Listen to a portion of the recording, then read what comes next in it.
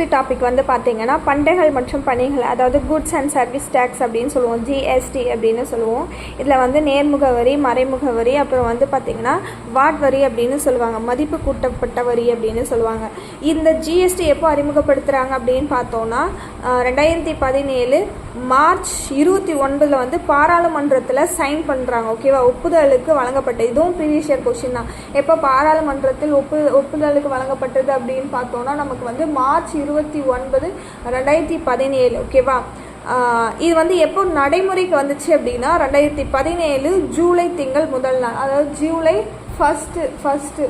ஓகேவா, நெக்ஸ்ட்டு இந்த தற்போதைய வரி விகிதங்கள் பார்த்துக்கோங்க. 0% அண்ட் 5%, அடுத்து 12%, அப்புறம் 18%, அடுத்து 28%. இன்னொரு டைம் பார்த்துக்கோங்க. 0, 5, 12, 18 and 28. ஓகேவா, இதோட நன்மைகள் என்ன அப்படின்னா அடுக்கு வரி விளைவுகளை நீக்கியது. இப்போ ஒரு வரி இருக்குது அப்படின்னா அதுக்கு ஒரு வரி போடுவாங்க. அதனால் அந்த அடுக்கு வரி விளைவு இது ஒரே ஒரு வரி தான் அப்படின்னு சொல்லுவாங்க.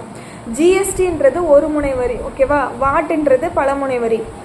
அதுக்கப்புறம் பதிவுக்கான வாசலாகவும் இது உள்ளது. சிறிய நிறுவனங்களுக்கான கலவை திட்டங்களும் உள்ளன. இணையவழி வசதி மூலம் எளிமைப்படுத்தப்பட்டிருக்கு. மின்னணு வணிகம் வரையறுக்கப்பட்டுள்ளது.